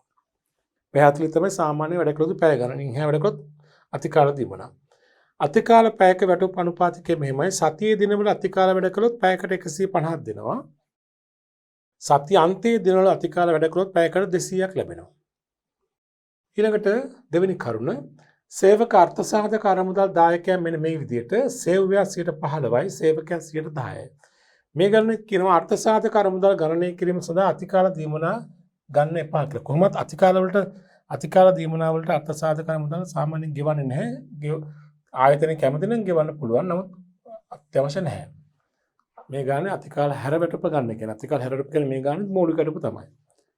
මාසය තුල ලබාගත් වැටුප් අතිකාරම නිමල් 5000යි. නිමල්ගේ මාසික ආපදා ණය වාරිකය රුපියල් 1000ක් ඔහුගේ වැටුපෙන් අඩු කරගන්නවා. සරත්ගේ නිවාස ණය වාරිකය 3000ක් ඔහුගේ වැටුපෙන් අඩු කරගෙන සහන බැංකුවට යවනවා කියලා තියෙනවා. අවශ්‍ය වන්නේ 2007 පෙබරවාරි 28 දිනෙන් අවසන් මාසය සඳහා වැටුප් ලේඛනය පිළිල කරන්න. 2 වැටුප් ලේඛනයේ තොරතුරු පොදු ලෙජරට පිටපත් කරමින් වැටුප් පාලන කිරීමද ඇතුළත්ව අදාළ ලෙජර් ගිණුම් පිළිල කරන්න. වැටුප් ලේඛනයේ පොදු ලෙජර් ගිණුම් ටිකයි නේද? හොඳයි. මුලින්ම අපි වැටුප් ලේඛනය හදන්න බලමු. අවශ්‍ය තොරතුරු මොනවද කියලා. සේවක නම් 2යි සේවක දෙන්නයි ඉන්නේ. මූලික වැටුප් එනවා, අතිකාල දීමන එනවා, දල වැටුප් එනවා. එච්චරයි ඉපීමට එන්නේ. තීරු 3යි. අඩු කිරීම වලට එනවා EPF 1යි. ඊට අමතරව වැටුප් ප්‍රතිකාරම් 2යි, ආපදා ණය 3යි, නිවාස ණය 4යි. අඩු කිරීම 4ක් එනවා නේද? ETF කරන මේ ගානේ සඳහනක් නැහැ. කැමති නම් ගණනය කරන්න පුළුවන්. ගණනය නොකර ඉන්නත් පුළුවන්. හොඳ අපි ඉස්සෙල්ලාම වැටුප් ලේඛනය සාදා ගමු මේ විදිහට. ඉස්සර ගණන් වල හැදුවා වගේ 2007 පෙබරවාරි 28 දිනයෙන් අවසන් මාසය සඳහා වැටුප් ලේඛනය. අනුවංකය 9 ඉපයම් තීරු 3යි මූලික වැටුප, අතිකාල දීමනා, දල වැටුප. අඩු කිරීම කිහිපයක් තිබුණේ. EPF 10, වැටුප් ප්‍රතිකාරම්, නිවාස ණය, ආපදා ණය, මුළු අඩු කිරීම. ඊට අමතරව සුද්ධ වැටුප. සමාගමේ පැත්තෙන් දායකත්වයන් දෙකක් එනවා. EPF 15යි, ETF 3ත්. මේ ගන්න ETF කරන සඳහනක් නැති නිසා අපිට ඕනනම් නොහද ඉන්නත් පුළුවනි. මේ ආකාරයට වැටුප් ලේඛනය ඔබ රුල් කර ගන්නට ඕනි. ඉපයීම හා අඩු කිරීම වාර්තා කිරීම සඳහා. පැහැදිලිද? හොඳයි. ප්‍රශ්නේ ආ කොටස සඳහා අපි පොදු ලෙජරේ විවෘත කරන්න ඕනේ. ආයන්න කියලා ලියලා පොදු ලෙජරේ ගිණුම් කිහිපයක් වෙන එකක් වැටුප් හා වේතන ගිණුම, 2 වැටුප් පාලන ගිණුම, ඊට පස්සේ ගෙවිය යුතු EPF ගිණුම, EPF වියදම් ගිණුම, වැටුප් ප්‍රතිකාරම් ගිණුම, නිවාස ණය ගිණුම, ආපදා ණය ගිණුම. පැහැදිලි නේද? හොඳයි. හරි. එහෙනම් අපි ගණන සෑදීම ආරම්භ කරමු. අපි යන වැටුප් ලේඛනය ලියමු. මෙහෙම අනුවංක 1 වැටුප් ලේඛනය එනවා සේවක දෙන්නෙක් නේ. 1 2. එකනේ තමයි නිමල්, අනිත් එක නා සරත්. නේද? නිමල් කියන සේවකයා ඉන්නවා, අනිත් එක නා සරත් නේ. නිමල් සරත් නේද? හරි. දැන් අපි ඉස්සලා මූලික වැටුප ගණනය කරලා දාගමු. පෙරවැල වලට අපි යමු. මූලික වැටුප ගණන් බලන්න.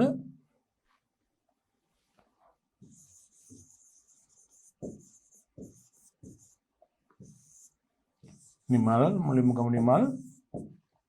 බලන්න විස්තර. නිමල් පළමු සතියේ පැය 45ක් වැඩ කරලා තියෙනවා. දෙවෙනි සතියේත් පැය 45ක් වැඩ කරලා තියෙනවා. තුන්වෙනි සතියේ පැය 40, හතරවෙනි සතියේ පැය 40. මූලික වැටුප ගණන් බලන්න පැය 40 කරන්නේ. ඉතින් ඊට එහා වැඩ කරලා නම් ඒවා අතිකාල දීමලා නේද? තොර පැය 45ක් වුණාට අපි ගන්න පැය 40යි. 40යි. එයා 40 අවම 40 වැඩ කරලා තිබෙනවනේ. 40යි 40යි 40යි 40යි. පැය 160යි නේද? එහෙනම් නිමල්ට වෙන්න ඕනේ පැය 160යි මූලික වැටුප. වැඩි කිරීම පැයක වැටුප අනුපාතය කීයද? පැයක වැටුප අනුපාතය රුපියල් 100යි. ඒතර මූලික වැටුප 160 වැඩි කිරීම 100 රුපියල් 16,000යි නේද? මූලික වැටුප නිමල්. ඊළඟට සරත් පැය කීයක් වැඩ කළාද මූලික වැටුප? පළවෙනි සතියේ පැය 40 කරලා තියෙනවා. දෙවෙනි සතියේ පැය 50ක් කරලා 40 ගන්න මූලික වැටුපට ඉතිරි පැය 10 අතිකාල. තුන්වෙනි සතියේ පැය 44ක් කරලා තියෙනවා. පැය 40යි ගන්නේ. හතරවෙනි සතියේ පැය 40. මේ පැය 40 කරලා තියෙනවා කොහොමත් නේද? 40 40 40 40 පැය 160යි. එයාගෙත් එහෙමයි පැය 160යි. පැයකට 100යි. එයාගෙත් මූලික වැටුප රුපියල් 16,000යි. දෙන්නගේ මූලික වැටුප එන්නේ පැය 160කට නේද? රුපියල් 16,000යි. වාර්තා කර මූලික වැටුප තීරුවට ගන්න. නිමල් 16,000යි. සරතුත් 16,000යි. එකතු වුණොත් 32,000යි නේ. ඊළඟට වාර්තා කරමු අතිකාල දීමනා. පෙර වැඩවල කරමු අතිකාල දීමනා.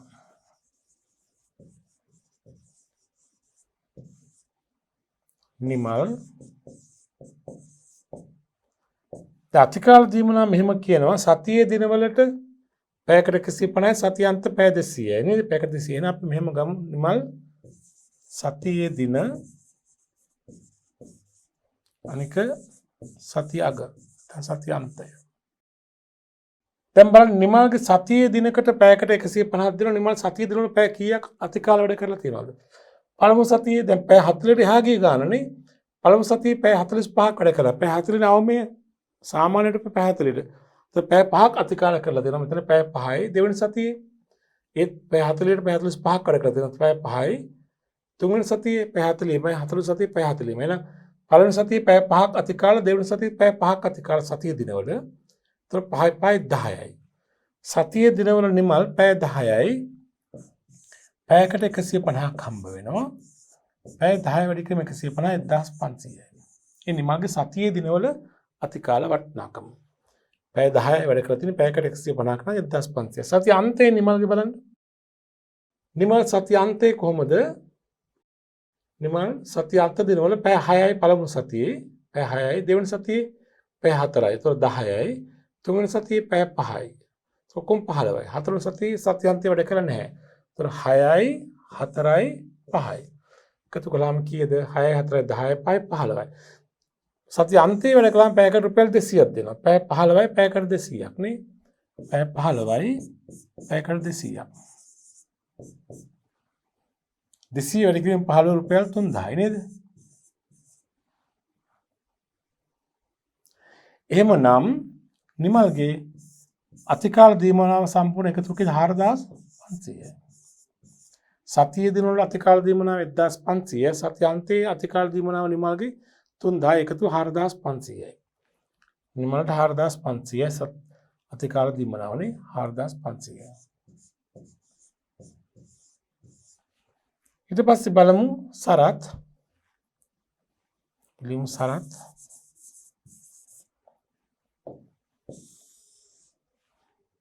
අර වගේ ලියගමු. සතියේ දින අන්තික සතිය අන්තේ නැත්නම් සතිය අග. සරත් බලන්න සතියේ දිනවල පැය කීයක් වැඩ කළාද වැඩිපුර? පළවෙනි සතියේ පැය 40යි. දෙවෙනි සතියේ පැය 50ක් වැඩ කළා. ඒ කියන්නේ පැය 10ක් වැඩිපුර තියෙනවා එතන. තුන්වෙනි සතියේ පැය 44ක් තියෙනවා. ඒ කියන්නේ පැය 10ක් වැඩිපුර තියෙනවා. පැය 4ක්.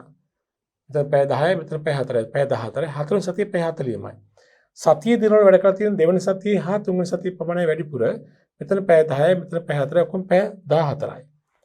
සතියේ දිනවල පැය 14ක් නිමල් අතිකාල කරලා තියෙනවා. අතිකාල පැයකට රුපියල් 150ක් දෙනවා. සතිය දවසට 150 නේ. 150 වැඩි කිරීම 14 බලන්න. 150 වැඩි කිරීම 14. 150 ගානේ පැය 14යි. උත්තරේ රුපියල් 2100යි. සරත් බලන සතිය අන්තයේ කොහොමද වැඩ කළේ කියලා. පළමු සතියේ සතිය අන්තයේ නැහැ වැඩ කරලා, දෙවෙනි සතියේ සතිය අන්තයේ වැඩ කරලා නැහැ, තුන්වෙනි සතියේත් නැහැ. හතරවෙනි සතියේ විතරක් පැය 4ක් වැඩ කරලා තියෙනවා නේ. පැය 4යි රුපියල් 200 ගන්න නේද? පැය 4යි රුපියල් 200 ගන්න. එතන වටිනාකම කීයද? රුපියල් 800යි. එහෙනම් සරත්ගේ අතිකාල දීමනවල එකතුව කීයද?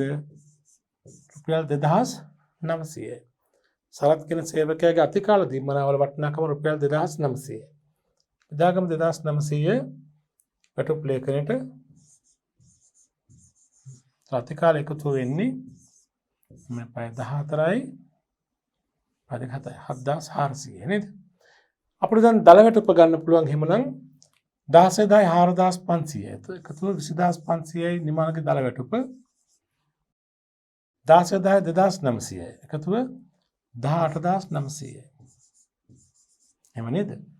16000යි 4500යි 20500යි 16000යි 2900යි කියන්නේ 18900යි. ඒත් මුළු එකතුව හරියටම ගන්න වරද්ද ගන්න තු මේක 9යි 14යි 8යි 9යි 2යි 3යි 39400යි. 39400 අපිට බලන්න පුළුවන් ඩබල් චෙක් කරන්න පුළුවන් මේ පැත්ත එකතු කරලා බලන්න 32000 7400 එකතු කළාම කීයද? 39400. ඒක හරිනේ. කලවට පහරේ. දැන් ඉපයීම් කොටස හරි. දැන් අපි බලමු අඩු කිරීම කොටස. EPF 10ක් කපා ගන්නවා. මොකද EPF ගැන කිව්වේ?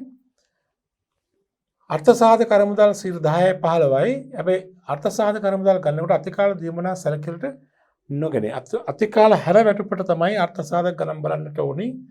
අතිකාල හැර වැටුප කියලා කියන්නේ අතිකාල හැර වැටුප කියන ළමයි මේක අතිකාල හැර වැටුප කියන්නේ මූලික වැටුප. එන මූලික වැටුප 16 10 නිමල්ගේ 10 කියන්නේ 1600යි. සරත්ගෙත් එහෙමයි 16 10 මුල් ගැටුප 10ක් 1600යි. 1600 1600 3200යි EPF මුළු අඩු කිරීම නේද? ඊට පස්සේ බලන්න අඩු කිරීම වැටුපෙන් කළ අනිකුත් අඩු කිරීම මොනවාද? මාසය තුළ ලබාගත් වැටුප් ප්‍රතිකාරම් නිමල් 5000යි. නිමල් වැටුප් ප්‍රතිකාරමක් කරන් තියෙන 5000ක්. නිමල් 5000ක් වැටුප් ප්‍රතිකාරමක් කරන් තියෙනවා. තව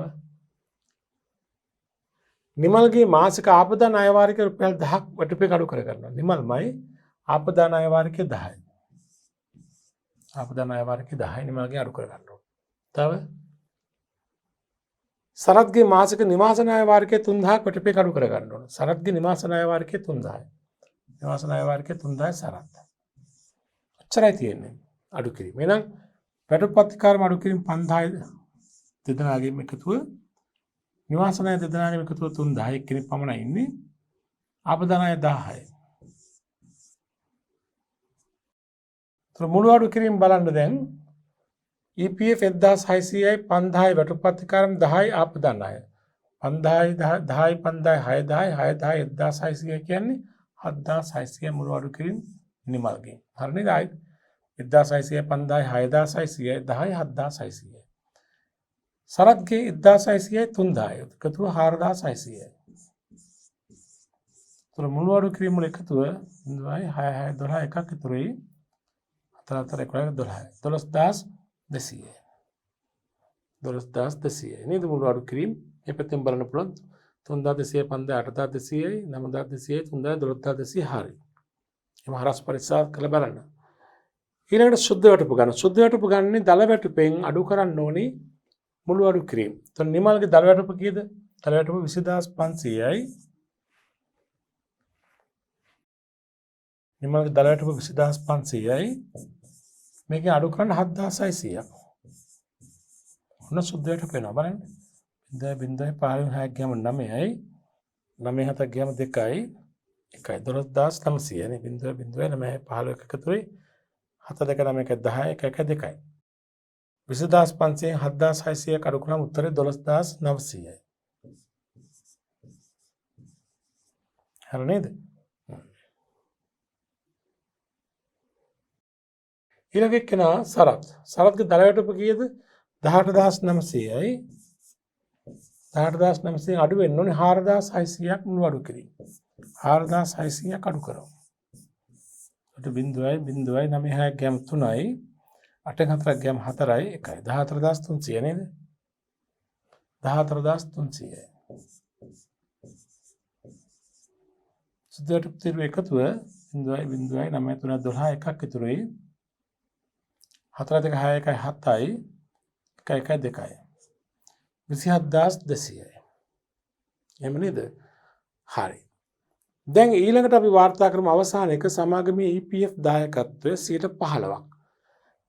මූලික ගැටපට 15%ක් නේද? 16000ක් තියෙනවා 15%ක් 16ක් 10ක් නම් 1600යි 15%ක් කියන්නේ තව 5ක් එකතු වෙන්න ඕනේ. එතකොට 1600 800ක් එකතු කරාම 2400යි නේද? සකරම් බලන්න අපෝ ඩබල් චෙක් කරලා මෙහෙමයි 16000ට 15%ක් නේද? 16000 බෙදීම 100 වැඩි කිරීම 15. උත්තරේ 2400යි. අනිත් සරත්ගේ 2400යි. දෙන්නගේ මූලික ගැටුම සමාන නිසා නේ එකතුව 4800යි. අපි ETF අහලා තිබුණ නැති නිසා අපි ETF ගණනය නොකරමු. ගණනය කළා කියලා ප්‍රශ්නිකුත් නැහැ නේද? ඔන්න වැටුප් ලේඛන රියායුතු තොරතුරු වාර්තා කිරීම කළා නිමල් හා සරත් කියන සේවකයින් දෙදෙනාගෙම. දැන් ඊළඟ පියවර තමයි වැටුප් ලේඛනයේ තොරතුරු පිටපත් කරන ලෙජරේට. ඒතර අපි ලෙජර් ගිණුම විවෘත කරගත්ත මේ වන විටත් අවශ්‍ය ලෙජර් ගිණුම පිටපත් නිකුල් කරගත්තානේ. වැටුප් හා වේතන ගිණුම, වැටුප් පාලන ගිණුම, EPF වියදම් ගිණුම, ගෙවිය යුතු EPF ගිණුම, නිවාස ණය ගිණුම, වැටුප් ප්‍රතිකාරම් ගිණුම සහ ආපදා ණය ගිණුම නේද? හොඳයි අපි යමු එකින් එක. එහෙමනම් පටන් ගන්න කොටින් දල වැටුප අංක 1. දල වැටුප තමයි පිටපත් කරන මුලින්ම. 39400යි දිසටහන වැටුප් පහ වේතන ගිණුම හර වැටුප් පාලන ගිණුම බැර නේද? වැටුප් පහ වේතන ගිණුම හර කරමු 39400 වැටුප් පාලන ගිණුම බැර. වැටුප්පා වේතන ගිණුම හර 39400 වැටුප් පාලන කියලා වැටුප්පා වේතන පාලන ගිණුම බැල 39400 වැටුප් කියලා 39400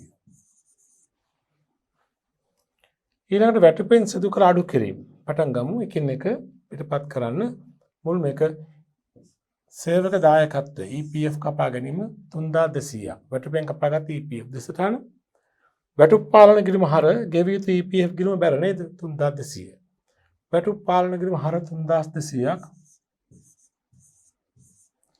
ගෙවිය යුතු EPF කියලා ගෙවිය යුතු EPF ගිණුම බැර වෙනවා වැටුප් පාලන කියලා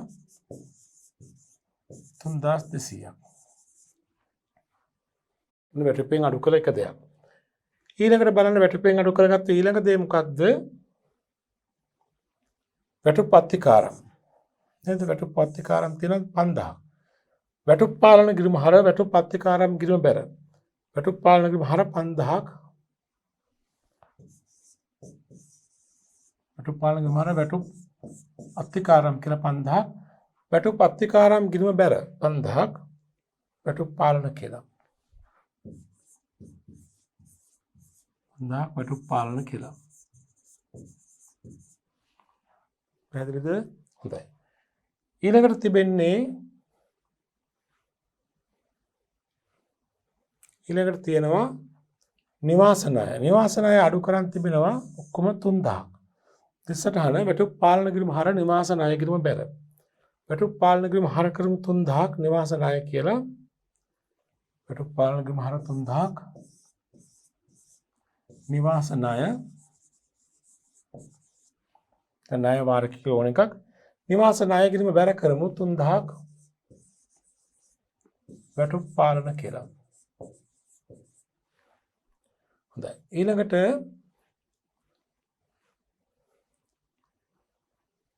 ආපදා ණය 10ක් අඩු කරන් තියෙනවා ආපදා ණය 5000ක් මේ ආපදා ණය 10ක් අඩු කරන් තිබෙනවා නිමල්ගේ වැටුපෙන් 10 දිසටහන වැටුප් පාලන ගිණුම හර ආපදා ණය ගිණුම බැර නේද වැටුප් පාලන ගිණුම හර වෙනවා 1000ක්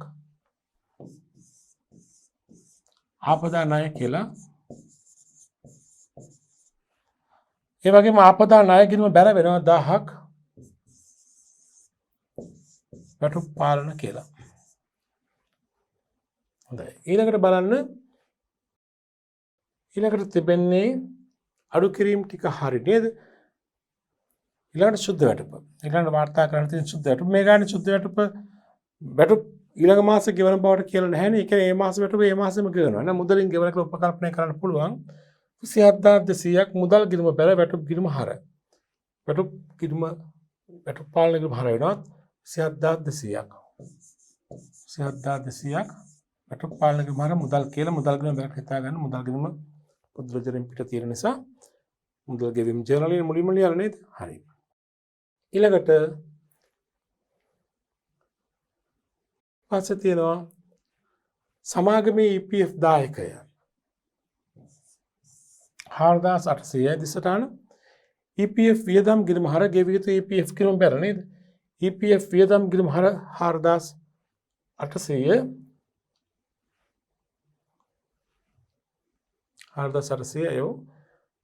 ඒක ගෙවිය යුතු EPF ගිණුම බැර EPF වියදම් ගිණුම හර ගෙවිය යුතු EPF ගිණුම බැර 4800 EPF වියදම් ගිණුම හර ගෙවිය යුතු EPF කියලා නැත්නම් ගෙවිය යුතු අර්ථසාධක මුදල් ගෙවිය යුතු අර්ථසාධක මුදල් ගිණුම බැර 4800 EPF වියදම් කියලා නේද ETF අපි වාර්තා කරේ නැහැනේ එනොච්චරයි දැන් ගිණුම් තුලනය කිරීම හෝ පියවීම කරමු වැටුප් හා වේතන ගිණුම සාමාන්‍යයෙන් අවුරුදු අවසානයේ ආදායම් ප්‍රකාශනට මාරු වෙන්නට ඕනේ වැටුප් හා වේතන ගිණුම 39400ක් තියෙනවා මේක ආදායම් ප්‍රකාශනට මාරු කරනවා වියදමක් ලෙස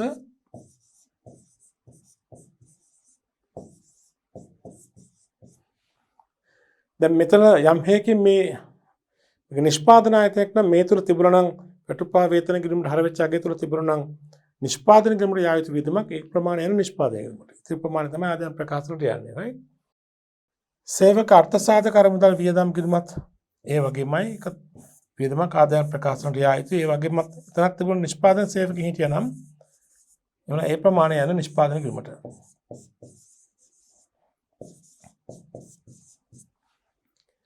වැටුප් පාලන කිරීම බලන්න හරබර සමාන වී යුතුයි බලමු එහෙම වෙනවා 0.0 2.4 8යි 3 11 12 19 එකක් ඉතුරුයි 39400 දෙපැත්ත සමාන වෙනවා නේද ගෙවිය යුතු EPF ගිණුම වගකීම් ගිණුමක් සම්පූර්ණ ගෙවිය යුතු EPF ගිණුම විතර සම්පූර්ණ EPF ප්‍රමාණය දෙපාර්ශ්වයෙන් ගෙවිය යුතු ගාණ 8000ක් තියෙනවා නේද